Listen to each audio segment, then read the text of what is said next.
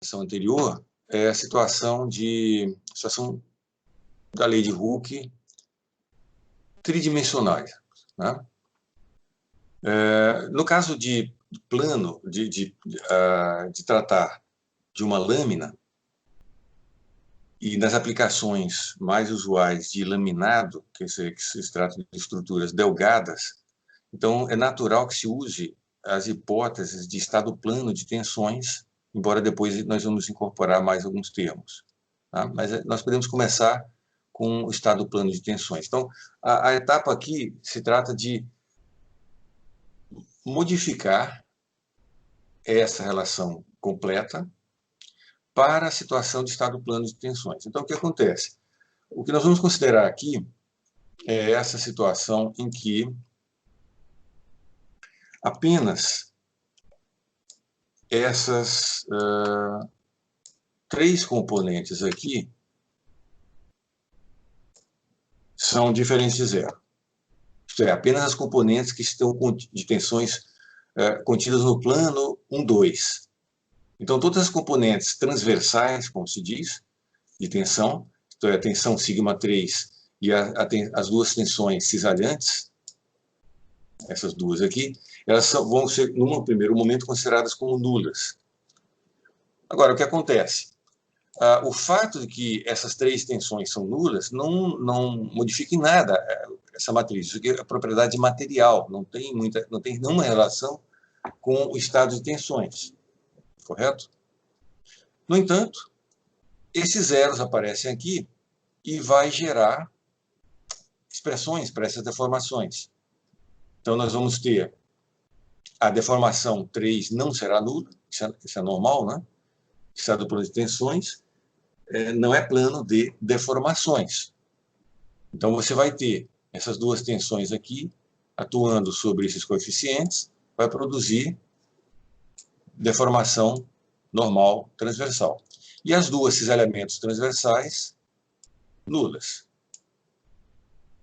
Então, o que sobra, nós podemos desmembrar essa relação constitutiva em três partes.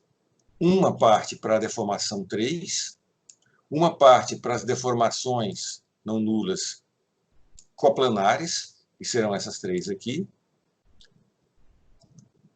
e a outra parte, que é essa que é nula, né? Que são essas deformações cisalhantes transversais aí. Bom, essa parte do cisalhamento, da deformação transversal normal, ela não é nula, no entanto, ela não é independente. E a energia de deformação associada a ela é nula. Lembra? A energia de deformação associada a essa deformação aqui é epsilon vezes epsilon 3 vezes sigma 3. Sigma 3 é zero.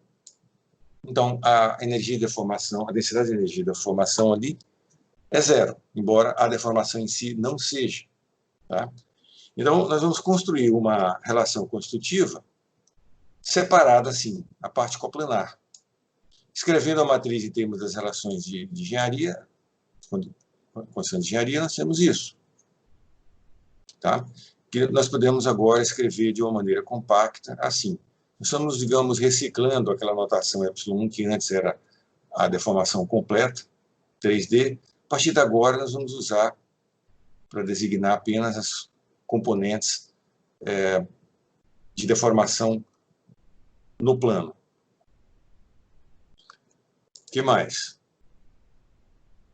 Nós podemos... essa matriz aqui, essa submatriz, ela também vai ser não singular e também positiva definida. Então, ela pode ser invertida e nós obtemos a tensão em termos de deformação.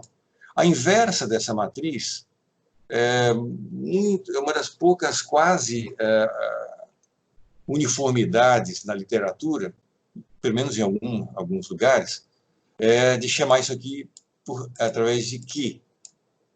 Essa matriz aqui que tem o nome de matriz de rigidez reduzida e essa aqui de flexibilidade reduzida.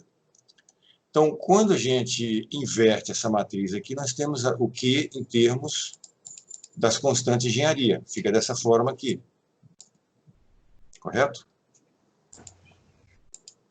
Então, essa aqui é a relação constitutiva da lei de Hooke para as componentes do estado plano de tensões. Próxima etapa, nós vamos agora fazer a rotação dessa relação constitutiva. Então, basicamente, nós vamos rotacionar, nós vamos considerar a existência de dois sistemas de coordenadas. Um sistema, podemos dizer, global, que geralmente está associado ao laminado, ou até mesmo à peça, e um sistema principal de coordenadas da lâmina, que significa que cada lâmina vai ter o seu próprio sistema principal, que vai ter uma orientação própria em relação ao sistema global. Então, nós temos que rotacionar essa relação aqui do sistema principal para um sistema global. Então, nós vamos partir dessas componentes aqui de tensão e nós queremos identificar essas componentes aqui de tensão, ou vice-versa, ir para uma direção ou para outra. Isso aí, até certo ponto, é bem parecido com aquilo que se faz em graduação. Rotação plana de estados de tensão e de deformação. A diferença é que, no material isotrópico que vocês viram em graduação, você nem tem uma matriz, ou, digamos, a matriz aqui é bastante simples, né? Então, não há uma preocupação em rotacionar essas componentes aqui de um sistema de coordenadas para o outro. Tá? Bom, o procedimento.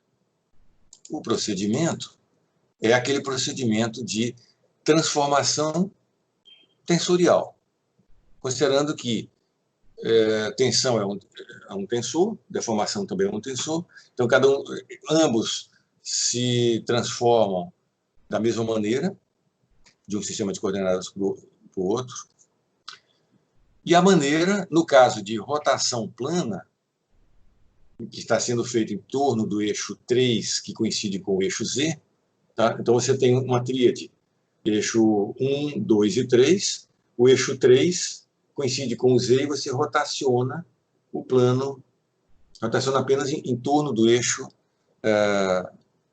3. Então, a matriz de rotação é, no caso, essa aqui.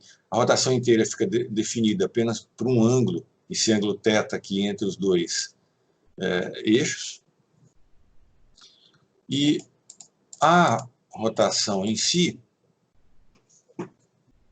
é feito dessa forma. Então, você tem as componentes do tensor num sistema de coordenadas, você pré e pós-multiplica por aquela matriz de rotação, e você tem as componentes de tensão no outro sistema de coordenadas. Observa que, a partir daqui, a gente vai ter que se preocupar em cada expressão que a gente escrever.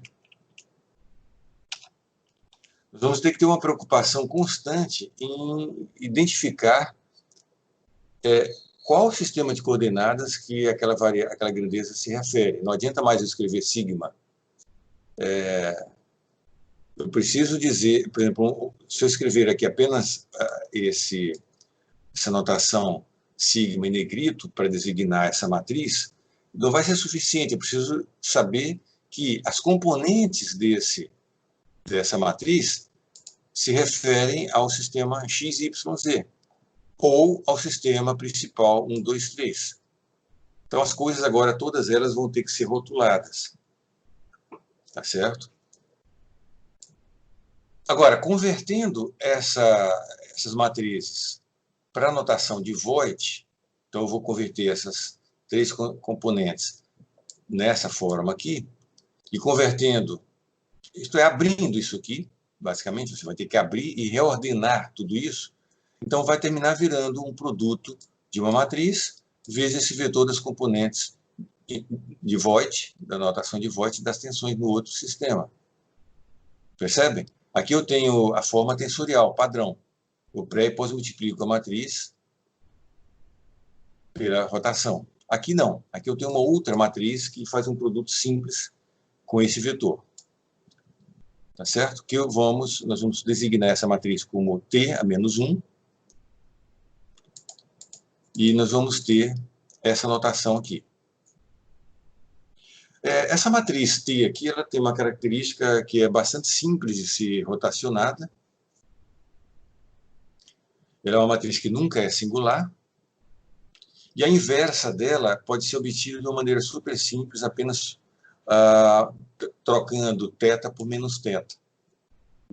Já que o quociente não muda quando você passa de mais θ para menos θ, o seno troca de sinal. Então, seno de mais θ é igual a menos seno de θ. Então, a inversa dessa matriz consiste simplesmente em pegar todos os termos que têm seno de θ e trocar de sinal. Então, vai trocar apenas esses aqui e esses. Os outros não, porque eles estão ao quadrado. Então, é bastante simples a inversão dessa matriz. Bom, então, a transformação de tensões do sistema principal para o sistema global X, Y, é feito dessa maneira, está pronto. Lembra, qual é o nosso objetivo aqui? Voltando. Nosso objetivo é que nós tínhamos chegado nessa relação constitutiva aqui, que está escrito para as direções principais. Nós queremos escrever isso aqui nas direções globais x, y. O que significa? Nós temos que transformar a tensão, que é o que está feito aqui. Eu passar σ1 em termos de σx. É só inverter essa matriz aqui. Tá? Eu vou ter que fazer a mesma tarefa para a deformação. Eu vou ter que encontrar uma relação similar a essa, agora envolvendo deformações. Aí que vem um percalço que acontece muito quando se usa deformação cisalhante da engenharia. Por quê? Porque essas componentes aqui são componentes do tensor-tensão. Então já se sabe que ele se transforma da maneira padrão.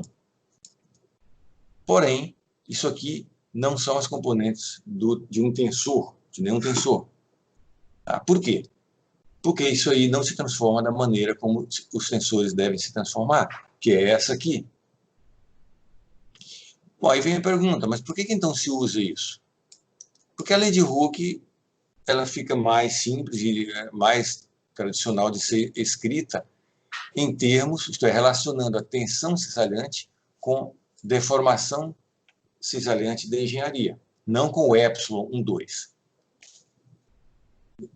Ficou clara essa etapa da coisa? Então, como é que nós temos que fazer? Nós temos que... nós sabemos que se você escrever isso aqui colocando gama sobre 2, o que vai dar o epsilon aí sim nós temos as componentes de um tensor. Então, ele vai se transformar igual um tensor faz. Isto é, a relação disso aqui num sistema com isso aqui no outro sistema é dado por essa matriz aqui. A mesma matriz lá da rotação de tensão. Correto? Então, a gente pode escrever essa relação aqui, onde eu coloquei esse 2 aqui na notação para indicar que tem um meio aqui.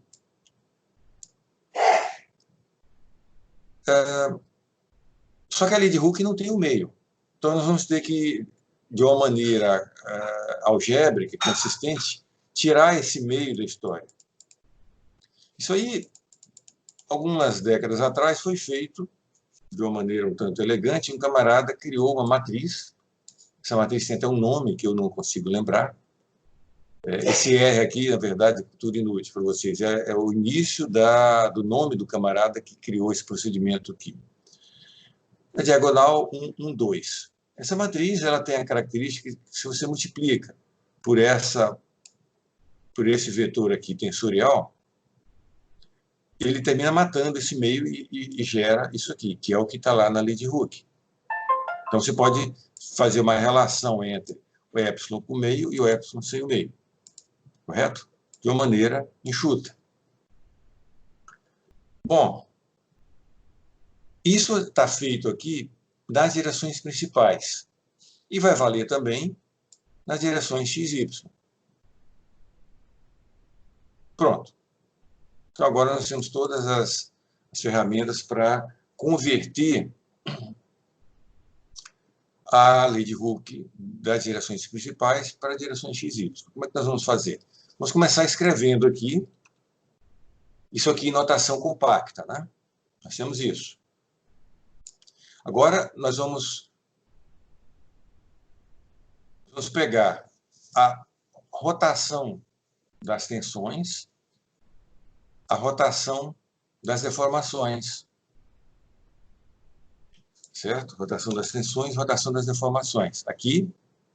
E nós temos agora aquela remoção daquele fator meio que aparecia aqui, através dessa matriz R.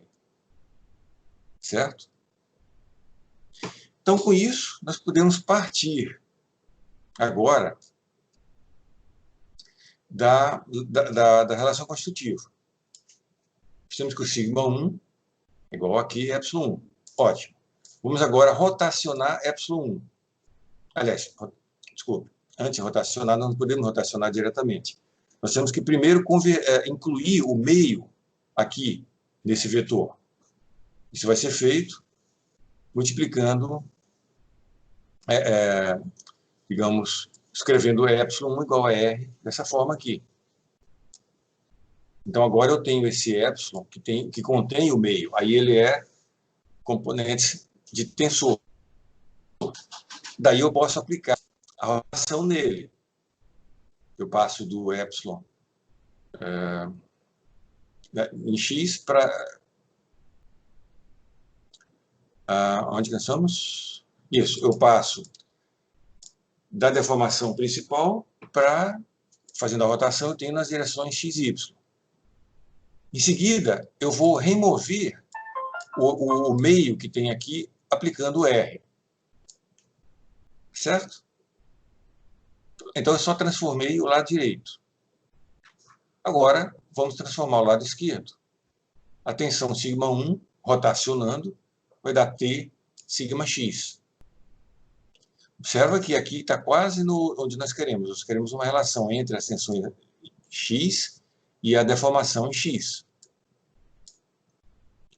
Bom, agora vem uma daquelas propriedades de que essa matriz de rotação ela nunca é singular. Ela sempre pode ser invertida. Então, é só pré-multiplicar essa igualdade pela inversa de t. Eu vou ter isso aqui. Exatamente, sigma x igual tudo isso aqui. Onde esse termo é uma nova matriz que multiplica a deformação. Aqui, um meio de caminho tem uma relação que alguém descobriu, que é uma relação curiosa.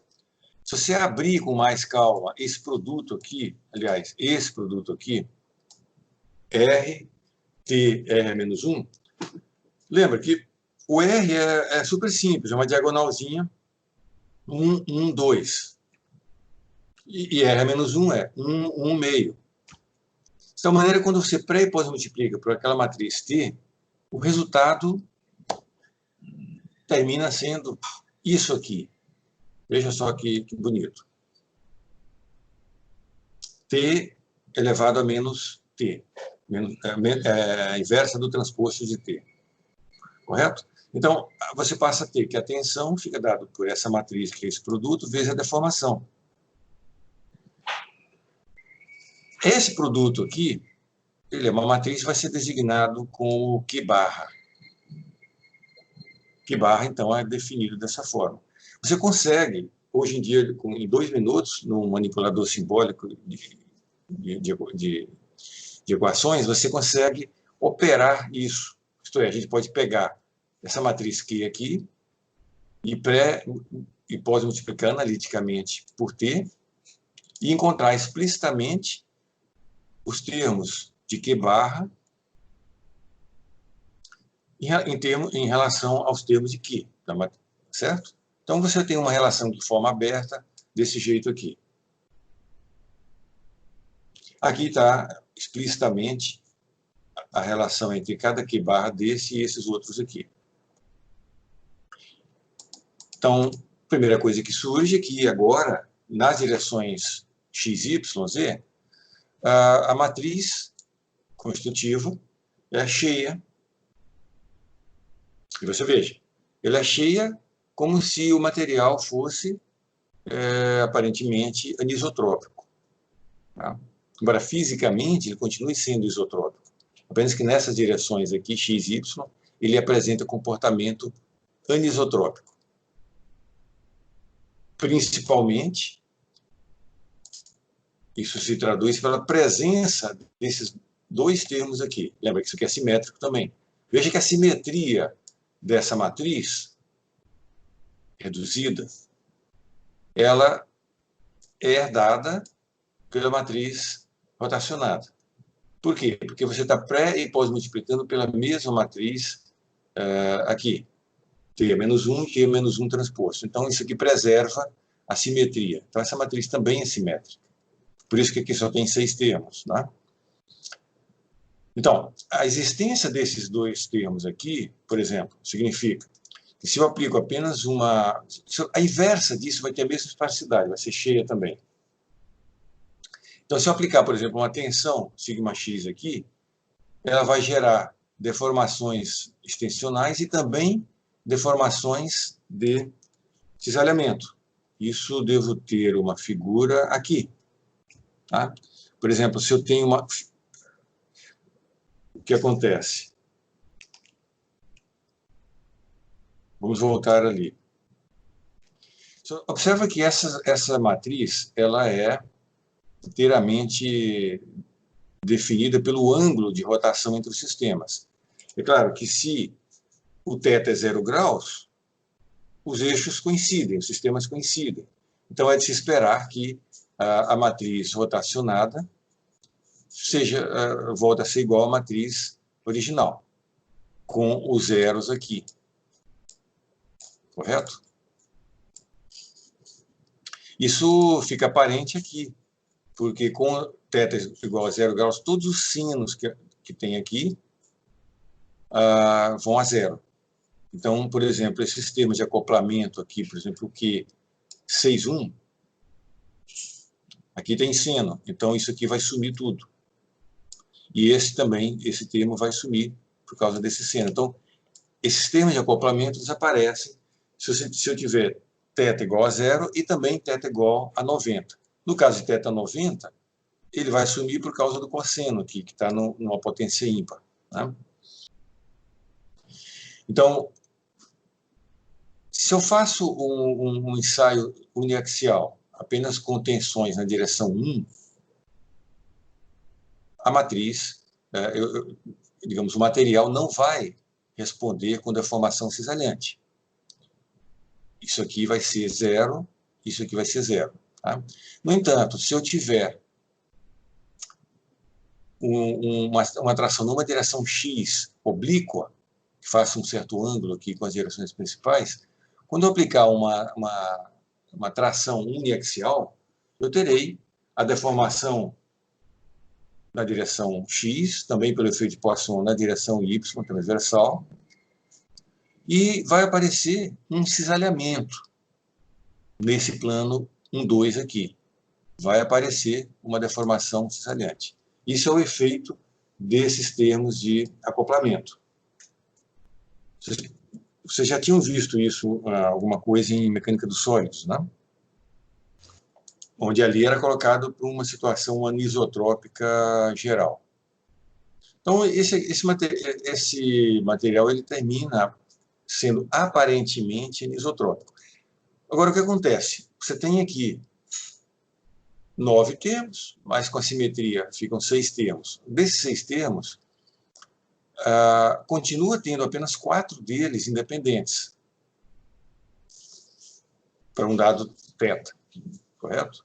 Então, continua sendo apenas aqueles 4 termos da matriz, e que também coincide com os 4 propriedades de engenharia que existem no plano. Apenas 4 são independentes.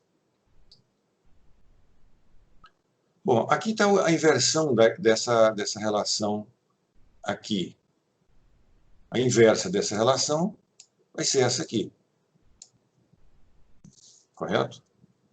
E é possível encontrar a inversa. É possível encontrar esses termos aqui a partir da inversa disso aqui. Okay? Essas coisas elas terminam ficando fechadas. Bom, próximo item. Agora é encontrar definições de constante de engenharia para essas propriedades aqui. Aliás, isso. Lembra que esse barra ele é como se fosse para designar o índice X que a gente está usando aqui.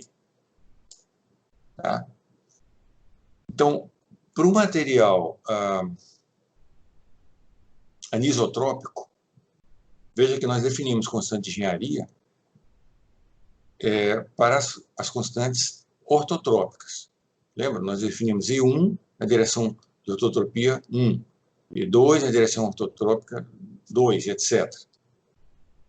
Aqui nós temos uma generalização dessas definições para conseguir cobrir na verdade, todas as 36 constantes anisotrópicas do material. Tá? Primeiramente, nós vamos nos concentrar com... vamos ver aqui. Primeiro conjunto, chamado... Cada um deles aqui tem alguns nomes curiosos, né?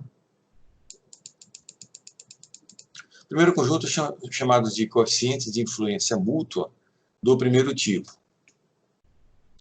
Eles são como se fossem, imagine, como é que é o coeficiente de Poisson? O coeficiente de Poisson você aplica carregamento uniaxial numa direção e mede a relação entre as deformações, entre a deformação transversal e a extensional. Então, normalmente o coeficiente de Poisson ele cobre essas deformações desse bloco aqui. Certo? Os termos fora da diagonal desse bloco aqui, que relaciona tensão normal com deformação normal. Esses coeficientes aqui de influência mútua, veja o que acontece. Você aplica uma tensão cisalhante num plano e mede a deformação normal nos planos, nos vários planos. Então, isso aqui vai servir, esses coeficientes, para identificar os termos que estão, por exemplo, aqui, esses termos aqui, nesse quadrante. Tá? Isto é, você aplica... não, desculpe. Isso aqui. Você aplica uma tensão cisalhante, por exemplo, uma delas num único plano, e mede o que aconteceu em termos de deformação normal nos 3 planos. Isso vai dar os termos, alguns desses termos aqui. Tá? Você nota que aqui tem 3 índices. Tem uma vírgula. Esses segundo índices aqui identificam a tensão que você aplicou cisalhante e a deformação que você mediu diretamente. E o primeiro índice, ele identifica a deformação normal no plano, em cada um dos planos, K1, 2 e 3. Certo?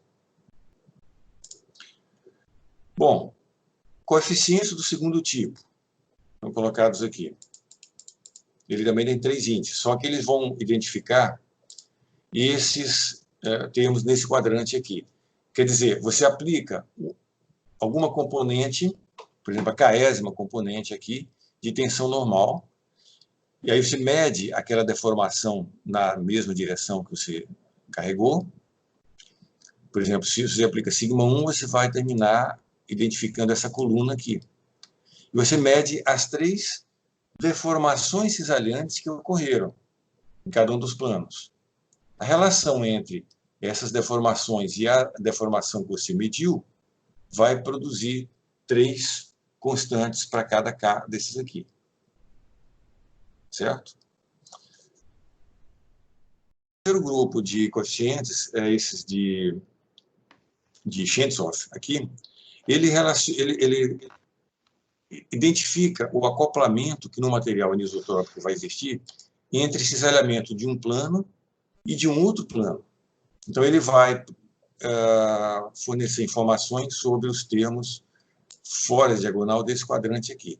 Então, por exemplo, se você aplica um carregamento simples apenas com a tensão cisalhante no plano 2, 3, esses coeficientes aqui, então esse KL2, 3, ele vai produzir isso aqui, isto é, a relação que vai ter dessa tensão no plano 2, 3 com a deformação cisalhante nos outros planos, no plano 1, 2 e 1, 3. Tá? Então, por isso que ele tem 4 índices aqui.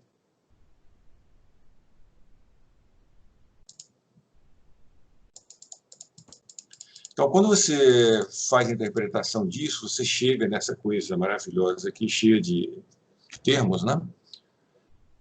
Em que cada um dos termos, dos 36 termos disso aqui, está relacionado com alguma constante de engenharia. Qual a coisa interessante disso? Aqui fica mais fácil de você identificar experimentalmente. Dá para imaginar que é uma tarefa você obter experimentalmente propriedades no material anisotrópico. Lembra, anisotrópico é aquele que fisicamente não tem planos de simetria de material. Né? Bom, só para finalizar essa partezinha aqui, lembra que são 36 termos, pela simetria, apenas 21 deles, apenas entre aspas, né? 21 não é um número nada pequeno, mas são 21 termos independentes, igual aqui, igual ali. No entanto, aqui existe uma quantidade bem maior de constantes de engenharia. Lembra, já tínhamos uma duplicação aqui do Poisson, agora cada um desses coeficientes também tem a sua inter-relação. Por exemplo, esse termo aqui do coeficiente de primeira espécie, 23,1, ele vai ser associado ao 1,23, por causa da simetria. Então, você começa a ter uma amarração aqui entre o módulo E1 com o módulo cisalhante 23, e assim por diante. Tá? São essas relações aqui que agora passam a existir entre essas diversas famílias de coeficientes. Agora, quando a gente volta para o estado plano de tensões, a gente começa lá de trás daquela coisa que eu não copiei aqui, mas o fato é, se a lâmina é ortotrópica, e nós tínhamos feito aquela parte ali de identificar a relação constitutiva do material ortotrópico nas direções principais, nós já tínhamos feito a relação disso com as constantes de engenharia. Certo? Em que aparece agora aquelas nas direções principais e agora essas novas aqui, dos coeficientes de influência. E nós podemos escrever isso aqui agora com as relações explícitas aqui. Certo? Então, com isso a gente encerra essa parte.